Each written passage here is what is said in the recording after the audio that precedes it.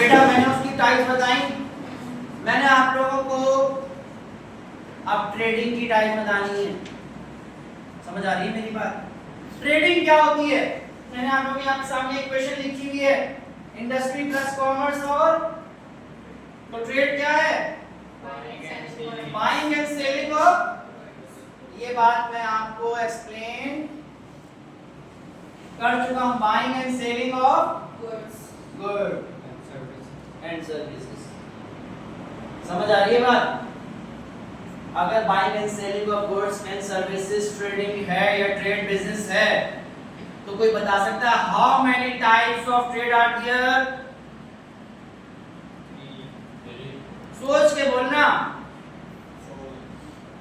How many types of trade are there?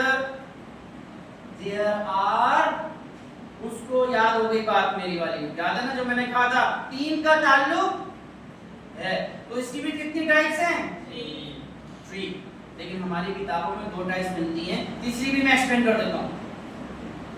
समझ आ रही है बेटा? नंबर 1, ट्रेडिंग की पहली टाइप है पहली टाइप है होलसेल। सही है, होम ट्रेड। होम ट्रेड समझते हो? होम ट्रेड या डोमेस्टिक ट्रेड।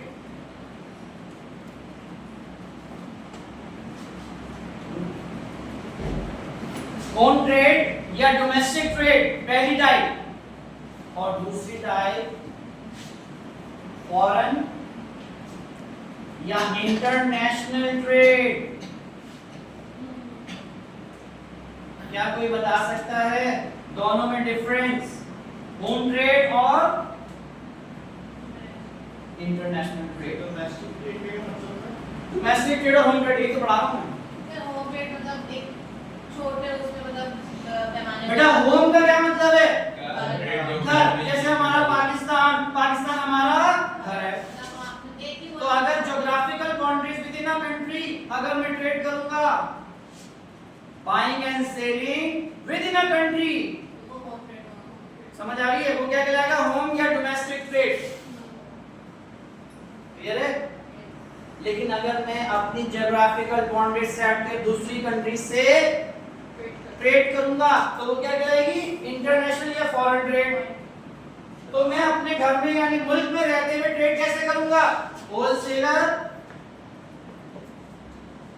या रिटेलर बन जाऊंगा। क्या ऐसा है? या तो होलसेलर बन जाऊंगा या क्या बन जाऊंगा? रिटेलर। और अपने मुल्क में अपने शहरों में ट्रेड करूंगा।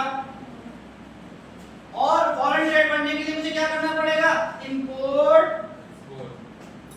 And export. क्या यहां तक क्लियर है? क्या सबको पता है इंपोर्ट एक्सपोर्ट क्या होता है? तो बताओ भाई इंपोर्ट क्या होता है? तुम बताओ भाई। अगर बाहर से सामान मान जाएंगे कोई कितने बाहर से? मुल्क से बाहर से। जब हम चीजें परचेज करेंगे, when you purchase from other countries is called import. When you sell to other countries is called। Clear है बेटा? तो जब हम ट्रेडिंग अमंग कंट्रीज करेंगे, यानी डेफिनेशन कोई याद है? Buying and selling of goods and services. तो मैं क्या करूंगा डेफिनेशन बनाने के लिए? गौर से सुनना। पहले डेफिनेशन दूंगा buying and selling of goods and services called trade. फिर लिखूंगा buying and selling of goods and services within a country is called home trade. समझ आ गई? और जब मैं कहूंगा buying and selling of goods and services among the countries is called international trade. समझ आई?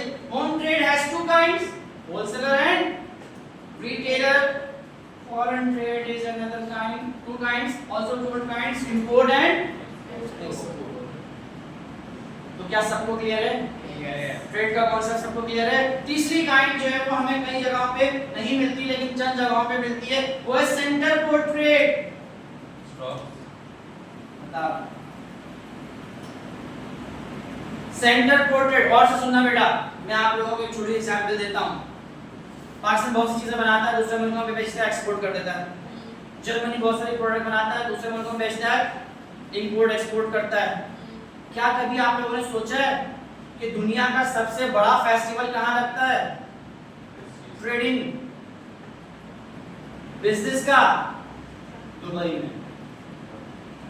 समझ आ रही है? पूरी दुनिया के लोग वहां जाते हैं, फेब में लगता है फेस्टिवल, पूरे महीने लगता है, और वहां पे लोग जाकर इंटरनेशनल प्रोडक्ट खरीद के लिए आते हैं। क्या दुबई कोई चीज बनाता है? शेख तो काम ही नहीं करते। तो कुछ लोग ऐसे होते हैं जो खुद कुछ नहीं करते बल्कि दूसरे लोगों के मुमालिक से चीजें खरीद कर लाते हैं, और उन्हीं के लोगों के जो लोग होते हैं वहां जाकर खरीद कर ले आते हैं। वो भी ट्रेडिंग कर रहा है लेकिन बना कुछ नहीं रहा। समझ आ रही है? और प्रॉफिट अर्न कर रहा है। समझ आ रही है? तो इसका मतलब ये हुआ कि सेंटर ट्रेड एक ऐसी जगह है जहां पे वो खुद इन्वॉल्व नहीं हो रहे बल्कि एक मार्केट, रेडीमेड मार्केट प्रोवाइड कर रहे हैं जहां पर लोग अपनी इन्वेस्टमेंट करें और कस्टमर्स आके खरीद लें, उनको भी फायदा हो जाए, उनको भी हो जाए, मतलब तीनों को फायदा हो जाए। तो इसलिए सेंटर ट्रेड कहा जाता है। समझ आ रही है बात? पहले क्या था? सिंगापुर था, ये सिंगापुर सेंटर ट्रेड, सब लोग सिंगापुर जाते थे, वहां से खरीद के लेके जाते थे। फिर वो आहिस्ता आहिस्ता कन्वर्ट हो गए दुबई में। दुबई ने अपनी पोजीशन बना ली। समझे? अब दुबई एक ऐसी जगह कि हिंदू, मुस्लिम्स, अंग्रेज हर कोई वहां जा रहा है, किसी को कोई प्रॉब्लम नहीं, बस रूल्स को फॉलो करें, अकॉर्डिंगली रहें, कोई आपको तंग नहीं करे। तो इसका मतलब है trading has three types. Understand? Any question? आगे बढ़ जाऊं? अब ट्रेडिंग करने के लिए मुझे कुछ खिदमात का सहारा लेना पड़ता है। मैं चीजें बनाता हूं लेके कैसे जाऊंगा? ट्रांसपोर्ट के जरिए ना। तो ट्रांसपोर्ट में चीज बनती नहीं है तो ट्रेडिंग का हिस्सा नहीं है। किसका हिस्सा है? समझ आ रही है? क्योंकि उसमें सिर्फ खिदमात होती है। समझ आ रही है बात? तो खिदमात होती है, तो इसका मतलब क्या हुआ? इन शॉर्ट अब हमारा जो टॉपिक है वो है ऑक्सिलरीज टू ट्रेड।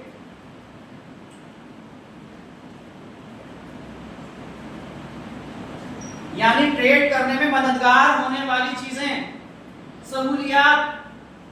मुझे ट्रेड करना है तो कौन सी सहूलियात है जो मुझे ट्रेड करने में आसानी पैदा कर देंगी? समझ आ रही है? वो कौन सी चीजें हैं जो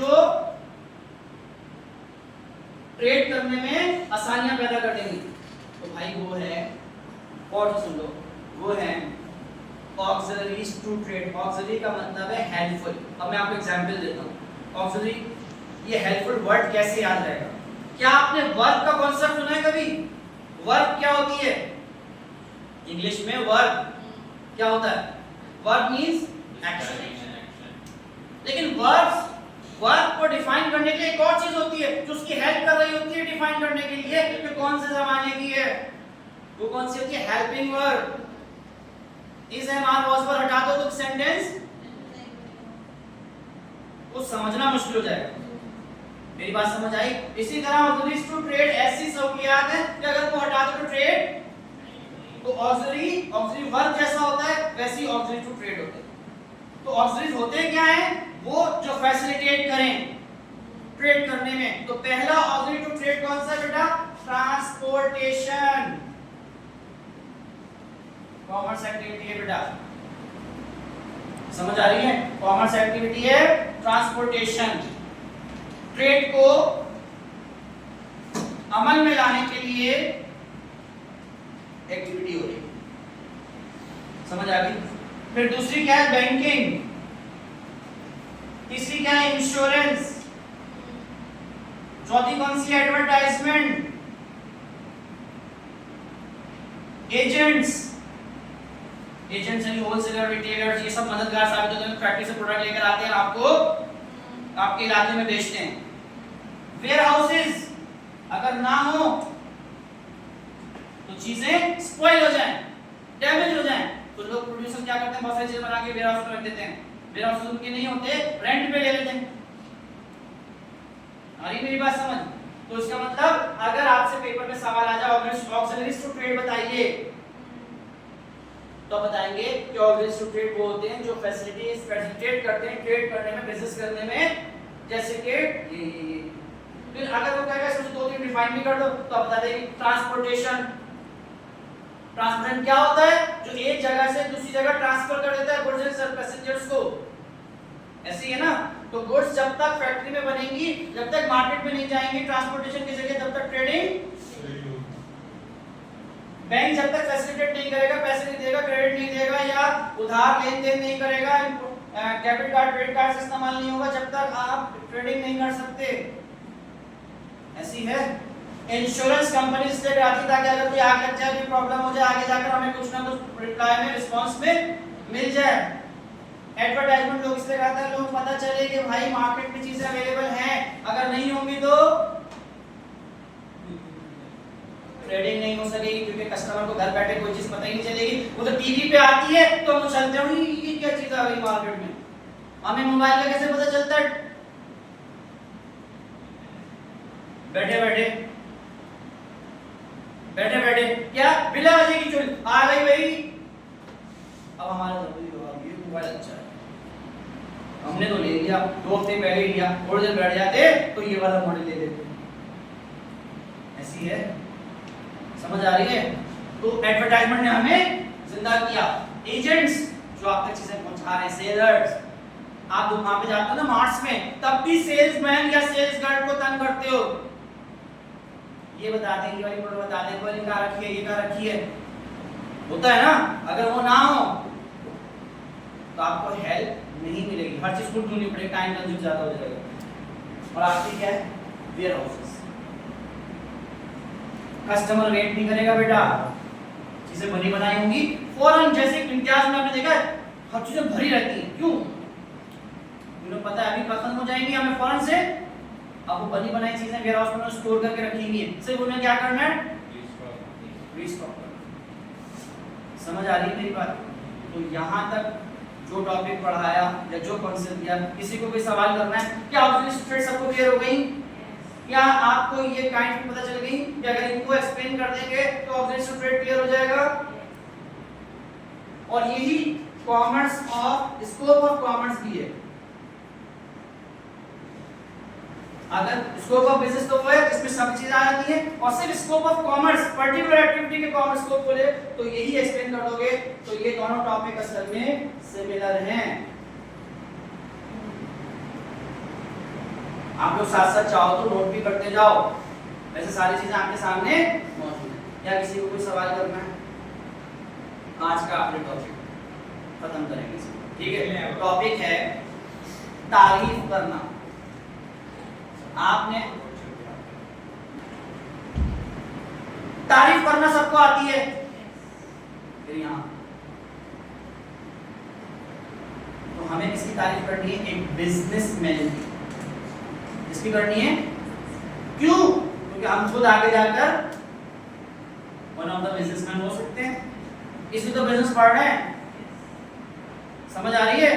तो भाई आप लोग अपने सच्चे दिल से एक अच्छे ईमानदार बिजनेसमैन की तारीफ करें, एक एक वर्ड बताएं उसके लिए। जैसे मैं एक बता देता हूं कि बिजनेसमैन शुड बी ऑनेस्ट। क्या ख्याल है? अब बोले सर आसान तो आपने बता दिया जी, बोले एक एक शब्द में बताना। बिजनेसमैन में क्वालिटी क्या? देखो मैं तुम्हें एग्जांपल देता हूं, शायद तुम लोगों को सिंसियरिटी से समझ में आ जाए। हजरत मोहम्मद सल्लल्लाहु अलैहि वसल्लम ताजिर थे, तो क्या तिजारत करते थे तो लोग उनकी तारीफ करते थे, क्या कहते थे कि हमने उन्हें सादिक और अमीन पाया। ऐसे ही है, तोलते हुए सही तोलते थे, ऐसे ही है, सही चीज बेचते थे। तो इसका मतलब ये हुआ कि जब हजरत मोहम्मद सल्लल्लाहु अलैहि वसल्लम की क्वालिटीज आप ध्यान में रखें तो वो लोग उन पे भरोसा क्यों करते थे? क्योंकि वो कैरेक्टर वाइज बहुत ज्यादा स्ट्रांग थे, डेडिकेटेड थे। तो अब आप सोचो, हम कंपेयर तो नहीं कर सकते उनसे, लेकिन हम एक ताजिर की एग्जांपल लेकर एक ताजिर को देखना चाहते हैं कि ताजिर के अंदर क्या क्या खूबियां होनी चाहिए। तो वो क्या होना चाहिए? ऑनेस्ट होना चाहिए, पहले तो मैंने बता दिया। और क्या होना चाहिए? इनोवेटिव होना चाहिए। वेरी गुड पॉइंट, इनोवेटिव, क्योंकि हर चीज वही बेचते रहोगे लोग तंग आ जाएंगे। फिर मैं एग्जांपल देता हूं किसकी? आने की बिरयानी। एक चीज करनी है। समझ आ रही है बात? सही है? कैसे? कि पहले बिरयानी कैसे होती थी, अब मॉडिफाई हो गई। जैसे आपने कहा टिक्का बिरयानी, है ना, तो कभी किसी ने सुना ही नहीं था। अब हलीम पे, बिरयानी पे हलीम डाल के बेचा जा रहा है। मटका बिरयानी, गुटका बिरयानी, भाई सब कुछ आ जाएगा, लेकिन बिरयानी अपनी जगह इनोवेशन में होगा।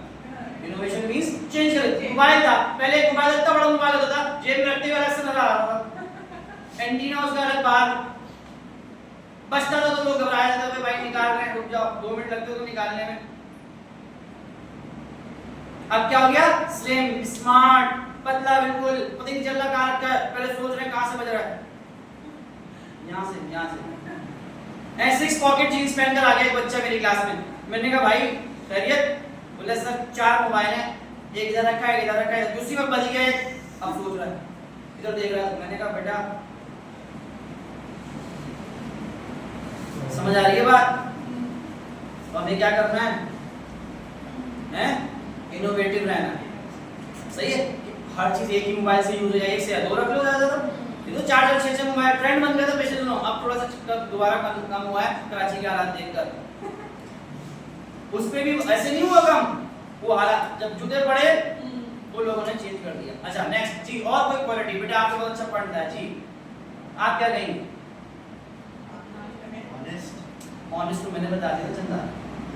हाँ तुम बताओ। दिमाग में नहीं आता तो बीमार, दिमाग में नहीं है, फिर कहाँ जेब में निकालो। कम्युनिकेशन, ये कह रही है कि वो कम्युनिकेशन उसकी अच्छी चाहिए, जैसे मेरी है भाई। बच्चे को आपने 1 मिनट भी इधर उधर सोचने नहीं देना है, अपने साथ अट्रैक्ट करके रखना है, ऐसा मजबूत करके रखना है कि मेरे पॉइंट से हट ही नहीं सकता, वो मेरी बात से वो हट ही नहीं सकता। जहां हटेगा मैं उसको फौरन बोल दूंगा, इसकी बात अलग है, उसका रोजा है। समझ आ गई बात? तो मैंने क्या कहा आपसे, हैं? बताओ नेक्स्ट क्या बताया? वो स्किलफुल होना चाहिए, सारी स्किल्स एबिलिटीज आनी चाहिए, उसको काम आना चाहिए, है ना, और सिंसियर होना चाहिए विद वर्क। ये क्वालिटी इस तरह आपने बतानी, सही है। फोर साइडेडनेस उसके अंदर हो, फोर साइडेड में हर चीज पे नजर रखे, वो मार्केट पे भी नजर रखे, कस्टमर पे भी नजर रखे, अपने एम्प्लॉयज पे भी रखे, और अपने काम पर भी रखे कि वो कैसे परफॉर्म कर रहा है और मजीद उसको कैसे आगे बढ़ना है। आ रही है मेरी बात समझ? ठीक है। और क्वालिटीज इस तरह आपको, तो आपका एक टास्क भी है कि आप लोग जब क्लास में आएंगे तो क्वालिटीज बिजनेसमैन की 10, मैंने 4-5 बताई, 10 क्वालिटीज सेलेक्ट करके लाइएगा, और एक कॉन्सेप्ट ज़हन में बिठा के लाइएगा कि अगर आपने अपना बिजनेस शुरू करना हो, और से सुनना मैं क्या कहने जा रहा हूं, जब आप अपना बिजनेस शुरू करेंगे, क्योंकि मुझे ये सारी बातें पढ़ाकर आपको इस काबिल बनाना है ना बेटा, तो जब आप अपना बिजनेस शुरू करेंगे तो व्हाट डू यू थिंक कि हमें क्या पहले स्टेप करना चाहिए, फिर दूसरा स्टेप लेना चाहिए, फिर तीसरा स्टेप लेना चाहिए, अपने अपने पॉइंट्स एक लिख के लाना। फिर जब मैं लेक्चर लूंगा ना तो उस वक्त आप लोगों से इंटरेक्ट करूंगा, फिर मैं बताऊंगा ऐसा करना है, ऐसा करना चाहिए, ऐसा करना चाहिए। How to start business, how to establish business, how to commence business. बात समझ आ रही है? जैसे कि मैं एक बता देता हूं, क्योंकि बच्चा कहता है सर एक हिंट तो दे देते फिर हम आगे चल जाते, हमें शुरू का बता दो। मैं अम्मी को बताता था, सुनाता था जब, अच्छा अपनी शुरू के 2 अल्फाज बताना, फिर मैं बताऊंगा क्या है। जैसे ही वो 2 अल्फाज में फिर पूरा जवाब दे देता, याद है? तो एक हिंट में आपको बता देता हूं कि सबसे इंपॉर्टेंट चीज क्या है बिजनेस स्टार्ट करने से पहले, वो है कौन सा बिजनेस किया जाए। ये सबसे बड़ा डिसीजन है। क्या ख्याल है भाई? सोचा ना समझा, बिजनेस स्टार्ट कर दिया, बाद में सोच रहे हैं इसके बारे में बताइए। समझ आ रही है? पैसा एंड सो ऑन, थोड़ी सी बातें बता दी, ये नोट करिए। तो 2 काम है आपके, बिजनेसमैन की 10 तारीफें, 10 अल्फाज जो एक दूसरे से रिलेटेड ना हो, डिफरेंट हो, सही है। और दूसरा काम क्या है, बिजनेस को स्टार्ट करने से पहले हमें किन किन बातों का ख्याल रखना है ताकि बाद में प्रॉब्लम्स कम हो जाए ना, सही है। That is the end of my lecture. ठीक है, यहाँ पे रखते हैं। किसी को कोई सवाल करना है? सबको क्लियर है? Yes. कैसी रही क्लास? बहुत अच्छी। थम्स अप या थम्स डाउन? अच्छा। थैंक्स। Thank you.